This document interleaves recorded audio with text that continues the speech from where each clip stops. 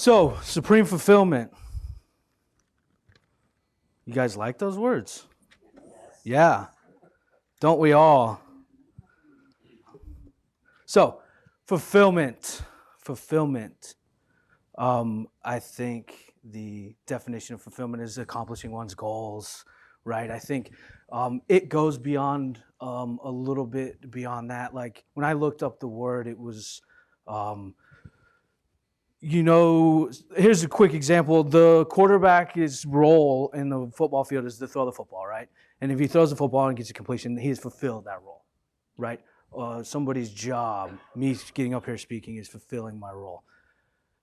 That is one way to look at it. I think we all that are gathered here can see it in a different light, and it's more of a, it is not a occupation, but a sense of contentment, satisfaction, the ability to be fulfilled on multiple levels. Because we're all here, right? We're all resonate at some level with metaphysics, and we all know that the matter around us, the roles that we participate in through our daily life are not the ultimate fulfillment of what we get or what we want or what we're looking for, right?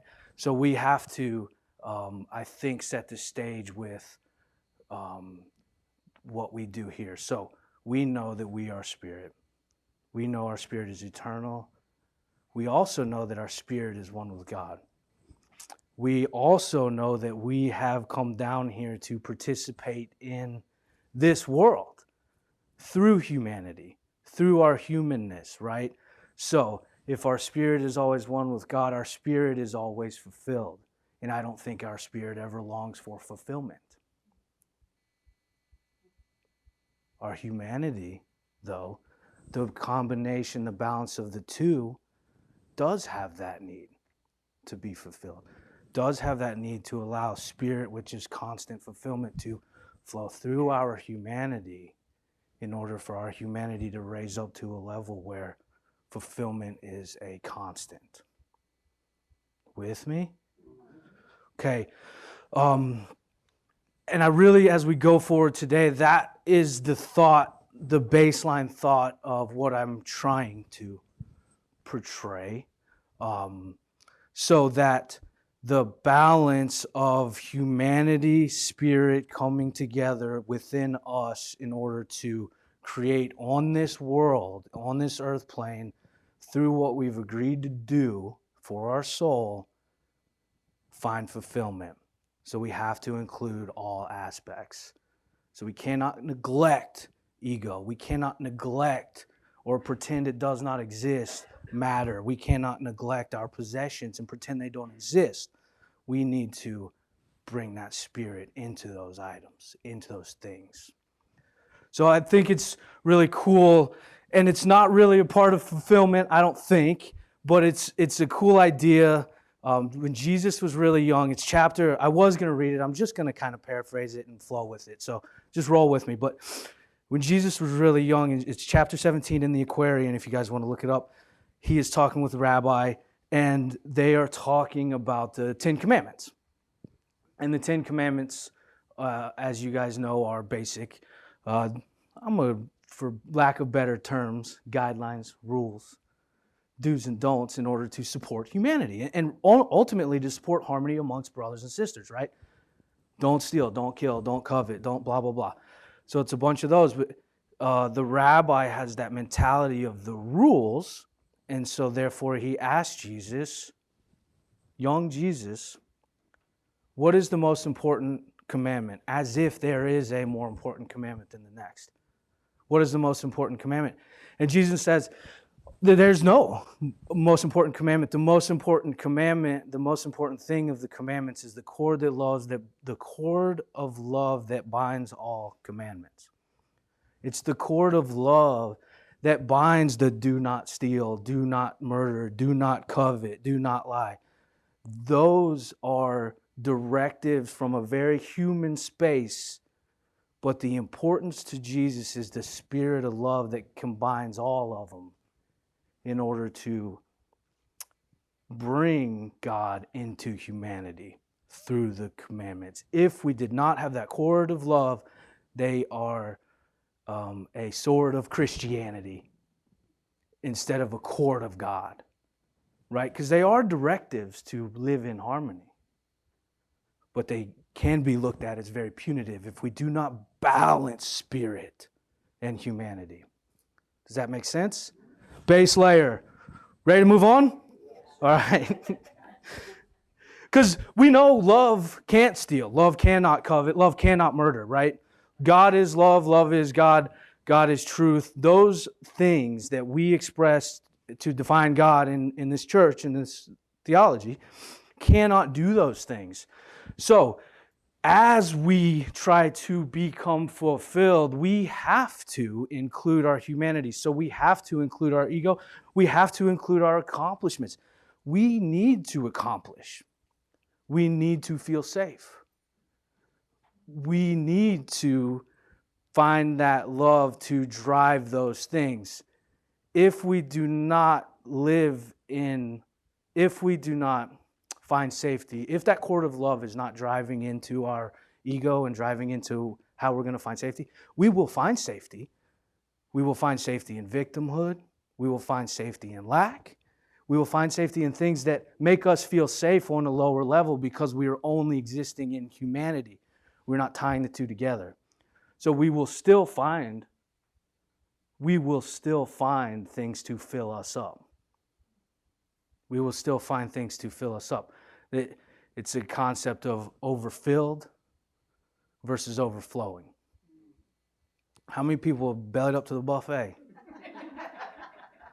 And ate and ate and ate and ate.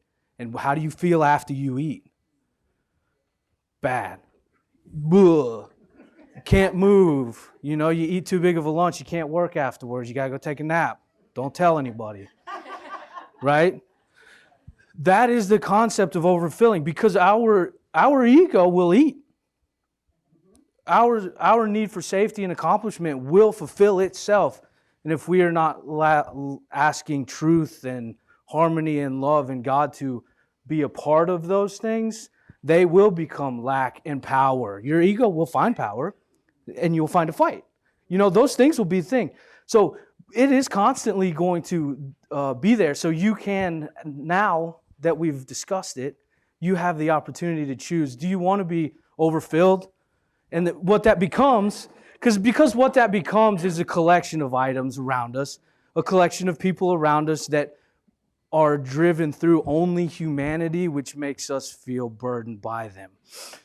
You know, it's easy to take the example of people search for fulfillment through matter, so they want a new car, want a new house, or want a new thing that the neighbor has. And that is a very, in our aggressively consumerism America, that is a very common thing we do. We get, or we go shopping in order to try to feed some level of our body, but we're not including spirituality in it, and maybe we're doing it because of lack, or we're doing it because of pride, or we're doing it because of those things that are driven by our ego without love. Then we become overfilled, and we become surrounded by stuff that does not serve us, and we do it with people, and we do it with all kinds of things. We do it with thoughts and ideas, practices, habits. We're looking for that fulfillment. Addictions are based in that. We have created this experience, but it has lost the train of love. It's lost that connection with spirit, and it becomes a habit that we do to try to grab more, and we become overfilled to the point of we cannot function. Now, if we live overflowing, we all know what flowing means. We can receive and we can give. We can receive and we can give. We can constantly experience fulfillment. Honestly, we can constantly experience these things, and we can feel it more often, more powerfully, and more less veiled. Right? Was that fulfillment? Was that not? I don't know. You know what I'm saying? Because we're allowing love, we're allowing our spirit to connect into our how we feed our humanity, really. Because we're going to eat. So, overfilled, your ego will eat. overflowing love will feed you. Right? Two separate concepts. If that's all you take away, that's all you take away. That is fulfillment. You're going to be filled. What's your choice? Right? What's your choice? So I want to kind of, without getting bogged down in details, I got this story. Look, I hope it makes sense. It makes sense to me. So I've had an experience of fulfillment before once in my life. That was a joke. I'll tell you why later. But the typical movie style fulfillment where, you know, all the what you would expect it to be. We were in Turkey, and it was a while ago. A lot of you guys went on that trip. But we were at a place, and I even forgot it, and I felt it 2 times there. Once in the bazaar, just walking around looking, and then once we were at, I forgot where we were even at, but we were at like some places, this kind of cavernous cave thing, and I might not even be saying it accurately because I was so really spiritually combined at that point. So anyway, but these moments were the picturesque, right? The sunset we all daydream of, that boom experience that of fulfillment, like, holy crap, this is awesome. I am here. I am so full I could burst, right? Just love is here, love is here, love is here. And when you get to that point, if you ever have, or if you have not, I totally know you will, it is indefinable because humanity has limits, right, of what we can say. But at that point, I experienced it as awesome. It was a blast. But I want to back up and really set the stage for how I was even able to experience that. At that point in my life, I was in, what you want to call, I don't even know if I'm going to say I was in lack consciousness, but I didn't have a bunch of money in my pocket. I always knew in my heart of hearts I would be taken care of. Sun's going to rise. I'm going to be here. I'm here. We'll figure it out. You know, that was my base level at that time. And I was going through goofy stuff and being young and blah, blah, blah. But the reason I even was at Turkey was somebody gave me a gift of paying for probably 75% of my trip. And it was one of those, hey, I'm guided to do this. And if an inner quester ever tells you they're guided to give you something, you take it. Number one, because they are totally guided. So you don't owe it to them, but you kind of owe it to them. But number two, you're there. It's here. Let's receive. So it was given at love. It was not given with the expectation of repayment. It was not given at the expectation of you owe me, or I'm helping you because you're a victim because you poor and I'm not. It was not given as charity. It was given as a gift with that cord of love running right through the middle of it.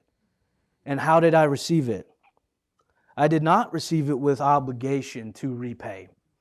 I did not receive it. None of this was spoken. It's all energy. I did not receive it with guilt or a sense of debt because I knew God had my back and I knew, hey, this must be from God. I didn't create it. But that gift of money, my sense, if you look at humanity, my sense of accomplishment should be kind of little judgy on myself. Couldn't pay for the whole dang thing. You know, my sense of safety should be, quote unquote, in question because I don't have enough money, right? But that's not the base level of the energy of the experience of the gift that even got me to Turkey. If that's not the experience of the gift that got me to Turkey, do you think I have the experience of the sunset that everybody's looking for? But we walk around looking for the sunset and we take the gift with guilt. That does not produce fulfillment because that cord of love has got to bind all the way through the experience. The experience started 6 months ago. The experience, the cap, the picture, the hallmark, the Hollywood was seconds. The experience was 6 months long, right? And if that cord of love wasn't driving all the way through, that experience might have got derailed. That makes sense to you guys? Because I could have taken the gift and felt bad about it. And I don't think I've ever paid the gift. I know I haven't, monetarily, because it was a gift. And you know what? I'm totally worth it.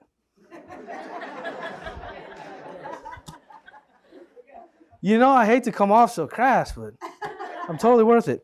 All right. So another kind of idea that we have with, I call it an overfilled idea. When I was working through this, I kind of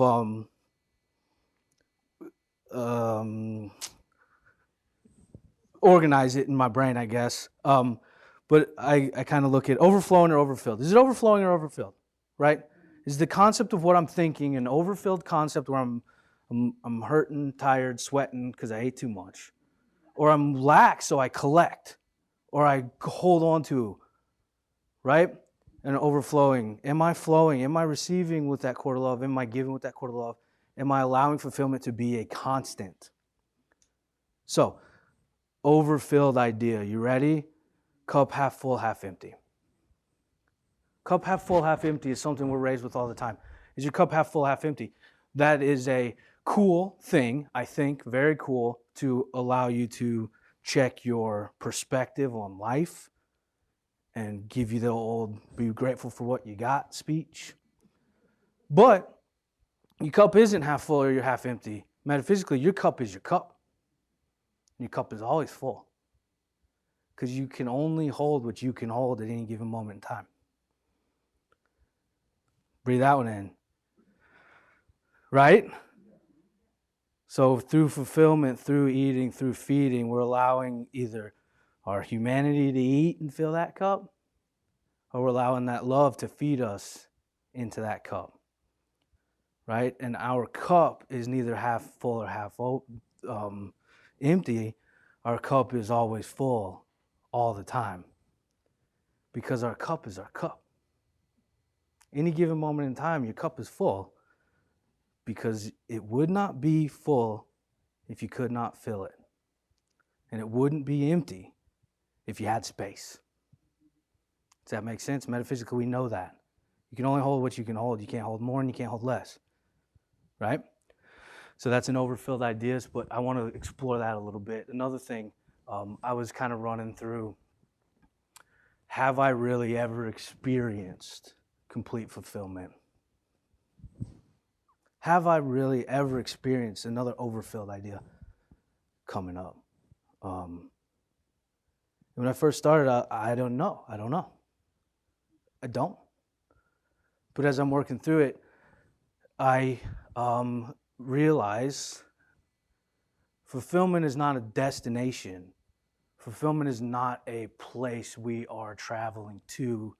Fulfillment is not an item we have not yet gotten. Fulfillment is moment to moment. So yes, I have experienced complete fulfillment. I'm experiencing it now. And I'm experiencing my cup now, right? It's not something we work, the idea of, I guess you want to call it the idea of fulfillment being something we have to work at in order to attain, and we worry about it when we get to a certain point in our life, right? Or a certain goal in our accomplishment list. But if core to love is driving everything, even if it's not, you're fulfilled. You're fulfilled at your level. You're fulfilled with your cup. Now, we have done a cool series on happiness and bliss and felicity. And it's been awesome. And Patrick had a great 2 times ago. I was giving him a hard time because he stole a couple of my ideas, which obviously isn't true. All ideas are all of ours. But we talked about moments of bliss and moments of felicity. And those moments are extremely powerful for our lives, for our happiness, for the whole journey we're going on. But if we take our cup, right? Think about our cup, and we take our cup. Those moments of bliss and felicity are little vitamin bombs that we throw in our cup, and it changes the structure of what's in our cup. Imagine just a cup of water, and you guys all got them. I'm sure you got them. Your tonics, your powders, your energy powder, or liquid IV, or whatever you're using. I know you guys got them. Think about what that does to that drink. It's no longer water. It is now something chemically different.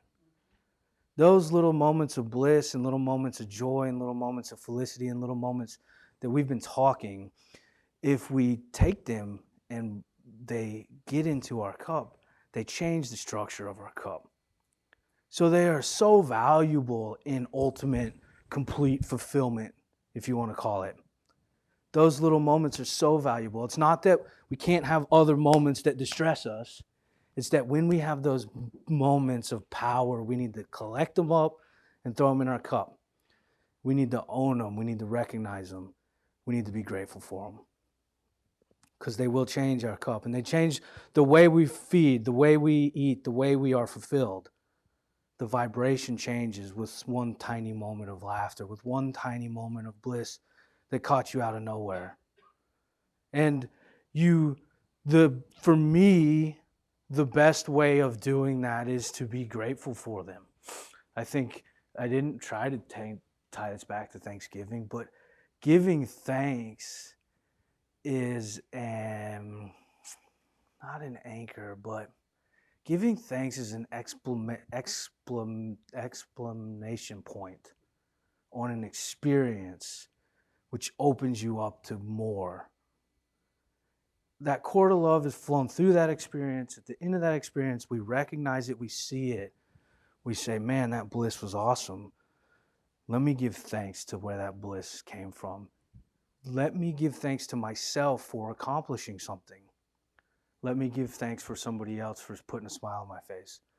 Let me give thanks to God for the ability to blank, for the safety I do feel at this level. Let me give thanks, because that thanks, that grateful, that expression of gratitude links us with the energy that drives the experience and allows us to create more and allows us to create greater. Without the gratitude, we will still continue to create, but it's not as... Once we anchor that gratitude on the end of the experience, we take ownership in that experience. It didn't happen to us, it has become us. Does that make sense? So it is something that we know we can recreate and grow and fulfill ourselves with. So gratitude, I think, is an ultimate thing in order to continue that level of fulfillment. And I think it also works with others. It works with people. So I don't know how many of you have an experience, and I'm sure all of you do, that somebody said something, or somebody did something for you, or somebody did blah, blah, blah, said something, did something that you have never forgotten, and that has driven you forward and given you the faith, love, support, whatever you needed in order to drive you through your life. And it is a positive, reinforcing thing that you refer back to, right? Do you know how potentially tiny that experience was to that person that gave it to you? In their brain, we know energetically it's not, because you're carrying on the life of that experience. But do you know how forgettable it probably is for that person? I say, if we take the time to be grateful to that person, we allow that person the fulfillment that the experience gave you. Imagine if every little thing that you've done that has impacted somebody, they've come up and said, man, this was awesome that you did. Do you not think you would see how fulfilling your life has been? We wouldn't look at the cup half empty. We'd be like, dang, I'm awesome. Because it is the smallest things said with the biggest hearts that drive your fellow brothers and sisters to a spiritual connection, through accomplishment, through safety, through experiences on this earth. And it is those things that we get stuck in the circle of self-judgment, lack, protectiveness of ourselves, where we don't have the ability to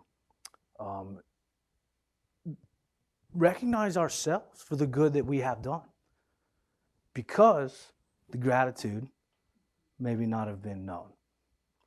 So all I'm saying is, not only give gratitude to the experiences of bliss and the experiences you create, go give gratitude to somebody and let them know how impactful their action was on you. Right? And then they consciously have that fulfillment. If we give, and I'm not telling you to go walk around and be fake about it.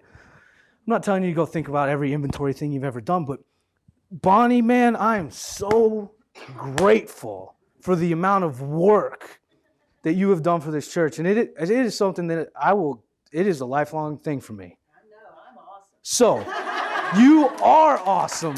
And you are. And I totally hope that you have some sort of sense of fulfillment from that, because it has blessed us all. Right? And if we do that more often, we're conditioned not to, because it makes us look weak. It makes us look silly. They might not even think about it that way, and who cares? The experience of the gratitude locks us into that experience so that we can create bigger and greater of those experiences with the cord of love wrapped through that. Because doubt, faithlessness, lack of love, lack consciousness cannot live in gratitude. And it cannot live with the cord of love, because it's the cord of God. Fulfillment. You guys like it? Yeah. All right. Got a little preachy there for a second. But seriously, Bonnie, I'm serious. I'm serious. It's awesome. And I do think there's a hint of corniness and blah, blah, blah. But it is that experience. There are certain things that I probably couldn't even say gratitude to this person other than spiritually, because I may never see him again. But I'm talking these simplest things that are hangers I hang my hat on a lot. And they probably have no memory of it. And which is fine. But that expression of gratitude allows me to let them participate in my fulfillment, which will increase theirs. So, cord of love. Your ego is going to eat. Your safety, your need for safety, your humanity is going to eat. You're going to eat, or you're going to be fed. You're going to be overfilled, or you're going to be overflowing. You're going to be grateful. Those are the three things. And then we'll all be, we all are simultaneously fulfilled right now. So if you like it, good. If you don't, good. It's your cup. Let's anchor it in.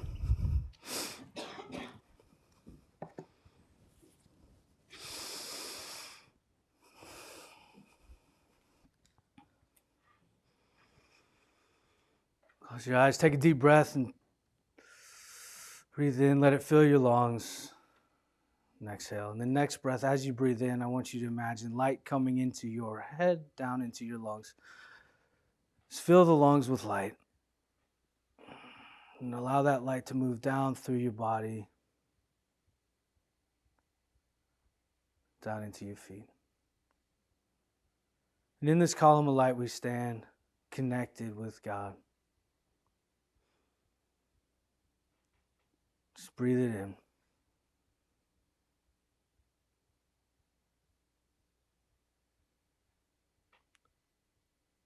Breathe in the feeling of contentment for the level of fulfillment you are at right now.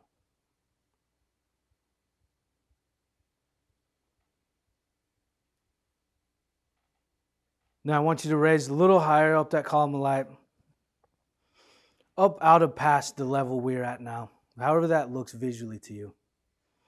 Get up past that. Get up into the greater, up into the unknown. When you're there, I want you to envision your cup. Whatever shape it takes, whatever color it is. And I want you to call forth one instant of bliss.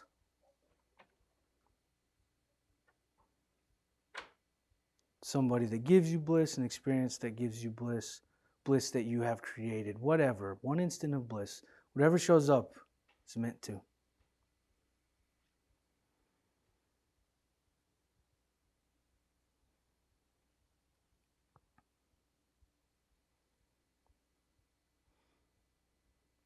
And with this bliss, we want to send our gratitude. God, we are grateful for this experience. We are grateful that we are here in order to participate on this level so that we can create the lives and the spirits and the brotherhood and harmony that we came to create. And this moment of bliss is recognized and owned by us. I want you to take that bliss and put it in your cup. Put it in your cup and watch the cup change. Watch the colors change. Watch the structure change.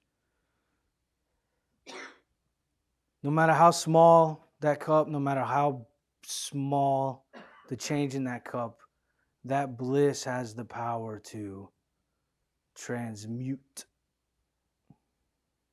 our level of fulfillment.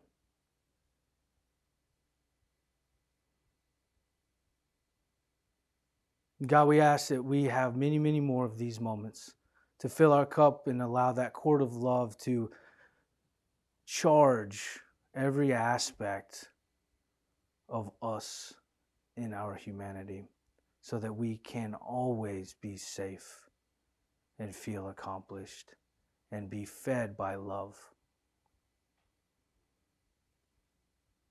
In this place, in this space, we honor our cup and we choose moving forward.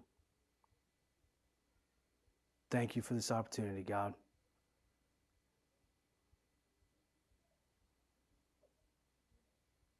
Breathe it in, take a look around, come back here whenever you want. Feel your feet back in your chair. You can open your eyes.